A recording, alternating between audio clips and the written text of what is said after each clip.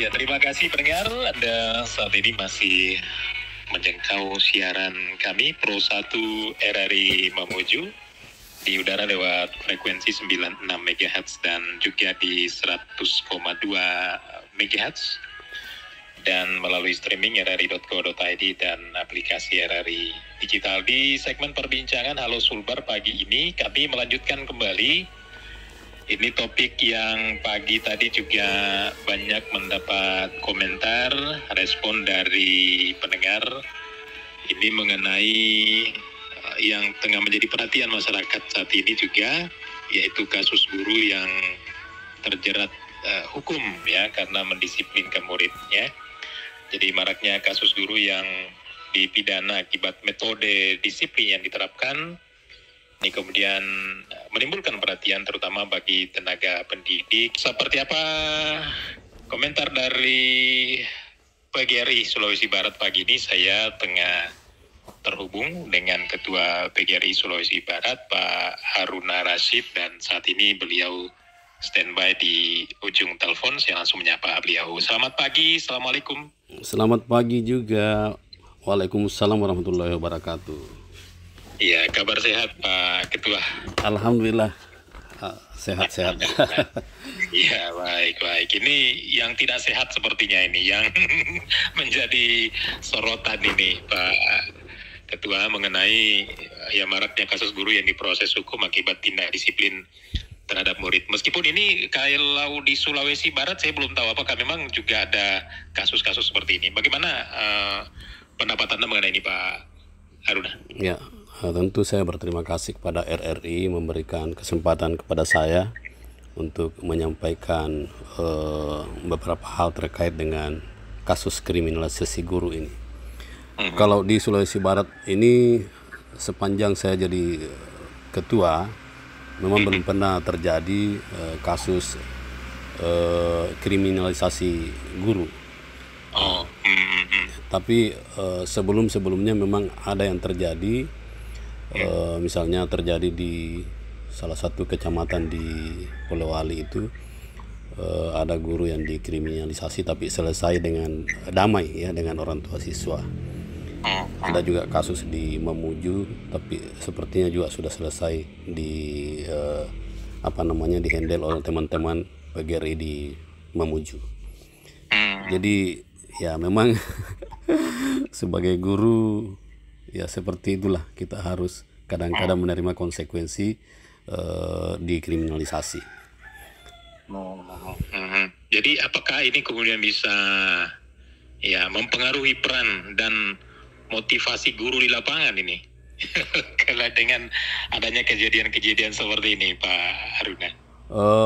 Untuk Sulawesi Barat saya kira belum sampai mempengaruhi secara maksimal ya, tapi memang di beberapa daerah saya lihat di luar Sulawesi Barat sudah ada yang terpengaruh dengan kondisi tersebut sampai membiarkan siswanya melakukan pelanggaran disiplin begitu saja ya, berbuat tidak sesuai dengan norma-norma yang ada, dibiarkan saja karena seperti itu mereka trauma dengan kasus yang menimpa salah satu rekan guru di Sulawesi Tenggara. Iya betul, ini yang terakhir. Iya.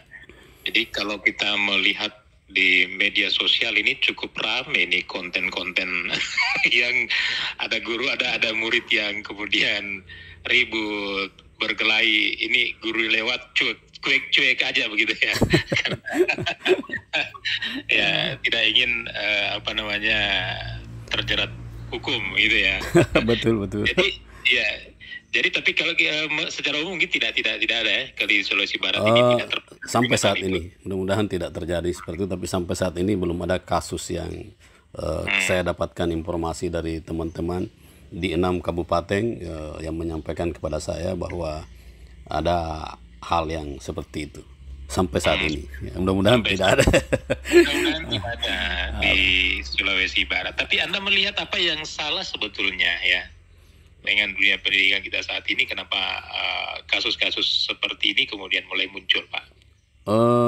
Sebenarnya kan dalam undang-undang itu sudah kita dilindungi dengan baik oleh undang-undang.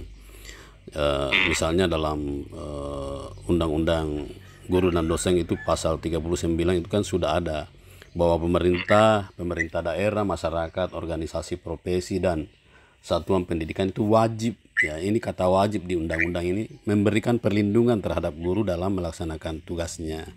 Jadi pemahaman kita terhadap undang-undang ini yang memang sangat kurang, sehingga begitu gampangnya kita ketika dibawa ke polisi langsung diproses. Jadi karena dia tidak pernah kita mungkin membaca-baca undang-undang terkait dengan perlindungan ini. Ini dalam peraturan pemerintah nomor 74 tahun 2008 juga itu kan sudah ada di situ bahwa guru memiliki kebebasan memberikan sanksi kepada peserta didik yang melanggar norma agama, norma kesusilaan, norma kesopanan, peraturan tertulis ataupun tidak tertulis yang ditetapkan oleh guru atau satuan pendidikan dan peraturan perundang-undangan. Jadi ya tinggal bagaimana kita memahami keinginan undang-undang ini, tapi ya tentu dengan adanya undang-undang ini tidak boleh juga kita sebagai guru semena-mena melakukan sanksi atau menerapkan hukuman kepada peserta didik kita. Makanya saya sebenarnya menekankan kepada seluruh teman-teman ketika pertemuan dengan kepala-kepala sekolah kemarin di wilayah 1 terkait yaitu wilayah 1 yaitu melikupi Majene dan Pulau Limandar, itu saya sampaikan bahwa kita ini guru harus mengupdate diri juga, karena kan ada metode dalam hal mendisiplinkan siswa itu namanya disiplin positif. Jadi itu ya, disiplin positif itu adalah sebuah metode baru atau strategi baru dalam menerapkan disiplin di sekolah terhadap anak-anak yang punya perilaku yang tidak sesuai dengan norma, kaidah dan aturan-aturan yang ada di sekolah. Jadi saya berharap. Seperti apa itu penerapannya, Pak? Gambaran umumnya sebenarnya kan ini membutuhkan 3-4 hari ini untuk bisa memahami betul, tetapi pada intinya bahwa pada penerapan disiplin positif itu yang paling utama itu adalah memberikan contoh dan suri tauladan kepada peserta didik kita. Saya menarik benang birunya dari strategi ini itu contoh. Jadi sehingga di strategi ini memang sudah tidak ditekankan lagi ada hukuman, ada sanksi terhadap peserta didik. Bahkan kita dianjurkan untuk tidak memberikan nasihat yang berlebihan kepada peserta didik, karena kayaknya tidak efektif kalau tidak diberikan contoh, ya contoh atau suri tauladan. Misalnya kalau kita ada siswa kita yang sering terlambat datang, terus kita nasihati bla bla bla bla nasihatnya, tapi gurunya sering juga terlambat, kan tidak efektif itu nasihat itu ya. Jadi makanya saya sampaikan memang kita harus perlu mengupdate diri teman-teman guru ini. Saya sebagai ketua PGRI ini menyampaikan supaya kita mengupdate diri, menambah pengetahuan ya. Seperti handphone yang kita pakai, kalau kita tidak update itu kan tidak bisa membuka banyak aplikasi yang baru kan, seperti itu ya. Ya seperti itu. Apa keteladanan dulu ya? Ya, keteladanan itu yang paling utama itu. Gimana menyuruh anak-anak datang tepat waktu, gurunya sendiri yang kadang terlambat. Maksudnya itu yang apa itu penekanannya disiplin positif itu, dispo. Cukur rambut anak-anak yang gondrong, gurunya juga panjang rambutnya. Ya, Pak Ali, melihat fenomena ini kemudian mencerminkan adanya pergeseran ya dalam hubungan antar guru, murid dan orang tua di lingkungan pendidikan kita saat ini, Pak? Ya, saya melihatnya seperti itu. Saya bandingkan dengan ketika kami dulu waktu masih sekolah itu, saya ingat betul bahwa kalau kita diberi hukuman oleh guru di sekolah, itu tiba di rumah justru kita sembunyikan dari orang tua bahwa kita dapat hukuman. Karena apa? Orang tua biasa akan menambahi hukuman itu, karena bila orang tua punya asumsi bahwa kalau kau dihukum gurumu berarti kau berbuat sesuatu yang tidak benar, sesuatu yang melanggar yang ada. Tapi sekarang kan tidak seperti itu. Ya mungkin karena apa ya, kita terlalu bagaimana. Tapi sebenarnya ini bisa diatasi kalau pihak sekolah dan orang tua siswa ya bersama-sama membuat sebuah komitmen ya terkait dengan apa sanksi yang disepakati diberikan kepada anak kita ketika anak kita melanggar atau tidak berperilaku tidak sesuai yang diharapkan di sekolah. Ya, jadi itu seharusnya kita bangun itu, panggil semua orang tua siswa, kita sepakati sanksi apa atau hukuman apa yang kita berikan kepada anak-anak kita yang melakukan hal-hal seperti itu, yang melanggar atau yang tidak sesuai dengan yang kita harapkan. Sehingga tidak ada lagi kasus-kasus yang kemudian berproses secara masuk di ranah hukum gitu Pak ya. Ya, karena sanksinya sudah disepakati. Jadi kalau ada lagi, kalau ada lagi, tentu itu berlaku lokal ke satuan pendidikan masing-masing. Satuan pendidikan betul. Ya, saya tertarik betul ya bahwa ya kalau dulu kita seperti itu, kita dihukum di sekolah, kita lapor ke guru, ditambahi lagi. Ya, lapor ke saya nanti saya tambahi lagi kalau itu. Itu yang terjadi, dan ini yang pergeseran itu yang tadi disampaikan Pak ya. Ya betul. Jadi terkait dengan aturan regulasi yang ada sebenarnya sudah kuat ya untuk melindungi guru sebetulnya, tetapi di dalam realisasinya ini yang tidak seperti itu ya. Bagaimana melihat ini Pak Haruna? Iya, sebenarnya memang sudah sangat kuat ini, cuma memang realisasinya itu yang tidak mengimplementasikan undang-undang ini yang memang kurang ya. Dan saya sudah sampaikan tadi bahwa beberapa pasal di Undang-Undang Guru dan Dosen itu kan sudah melindungi guru sebenarnya ya. Ketika guru melakukan tindakan mendisiplinkan siswa, itu kan sudah diatur pada Peraturan Pemerintah Nomor 74 Tahun 2008 bahwa guru memiliki kebebasan memberikan sanksi kepada peserta didiknya yang melanggar norma agama, norma kesusilaan, norma kesopanan, peraturan tertulis, dan peraturan yang dibuat oleh satuan pendidikan. Itu dalam wilayah kewenangannya, maksudnya dalam satuan pendidikan itu.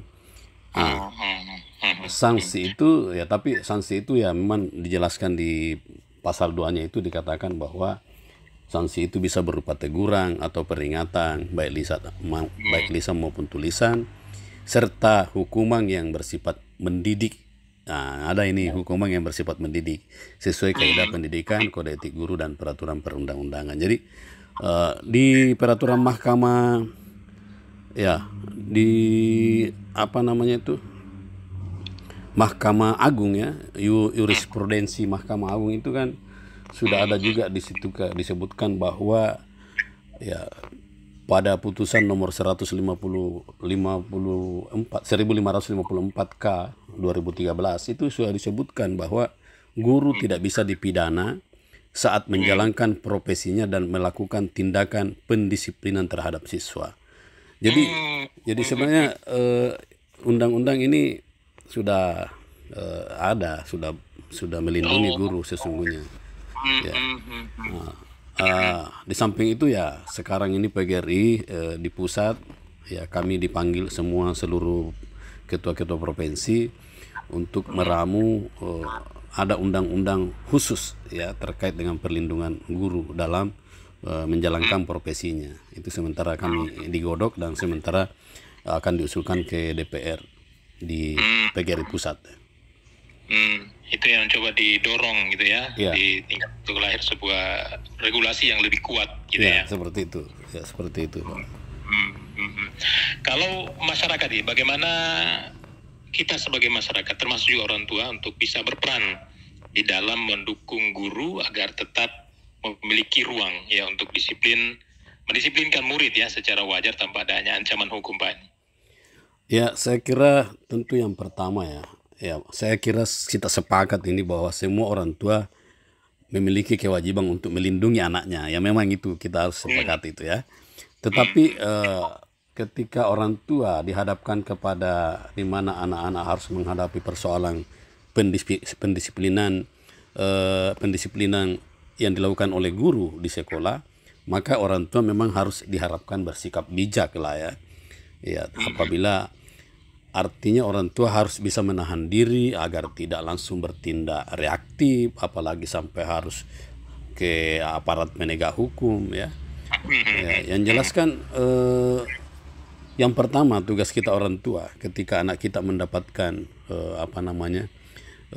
sanksi atau hukuman fisik yang pertama yang harus dilakukan oleh sebagai orang tua adalah cari informasi yang sejelas-jelasnya mengenai apa penyebab anaknya dihukum oleh guru ya, termasuk menanyakan perilaku anaknya yang membuat guru menghukumnya.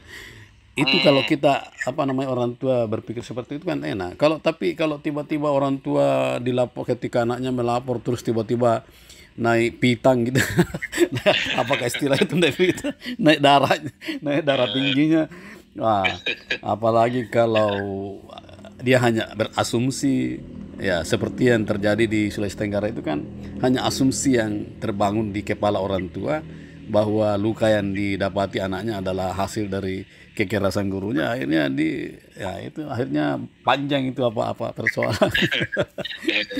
Ya.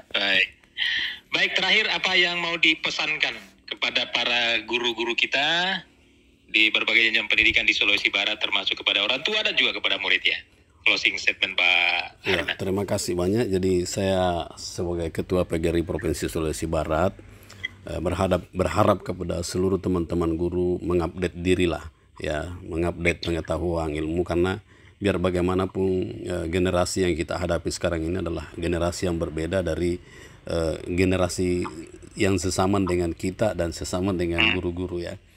Jadi update diri, pelajari banyak ilmu-ilmu, cara mendidik, cara mendisiplinkan peserta didik kita yang tidak harus menggunakan kekerasan.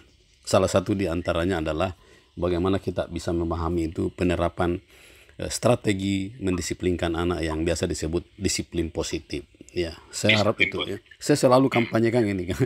Ya, kebetulan walaupun saya Ketua PGRI, saya advokatnya ini saya menjadi advokat terkait dengan penerapan disiplin positif di Sulawesi Barat. Kepada orang tua siswa, saya berharap ketika anak kita mendapatkan sanksi atau hukuman, mari kita perjelas dulu persoalannya, lihat faktanya yang bagaimana, jangan sampai hanya karena asumsi-asumsi liar kita sebagai orang tua sehingga kita mempolisikan guru yang sesungguhnya mereka berbuat itu demi kebaikan anak kita ya.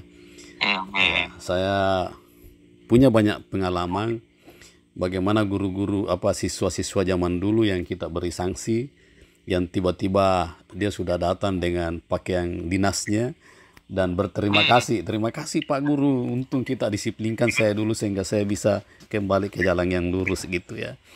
Jadi kepada siswa-siswaku, anak-anakku di Sulawesi Barat, mari belajar maksimal, mari kita betul-betul fokus untuk mengembangkan diri kita supaya arah masa depan kita jelas dan arah masa jalan kita itu diberkahi oleh Allah Tuhan Yang Maha Esa, tentu dengan cara kita hargai, kita hormati guru-guru kita.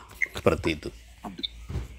Baik, terima kasih Pak Haruna Rashid, Ketua PGRI Provinsi Sulawesi Barat yang sudah ikut berbincang singkat di pagi hari ini.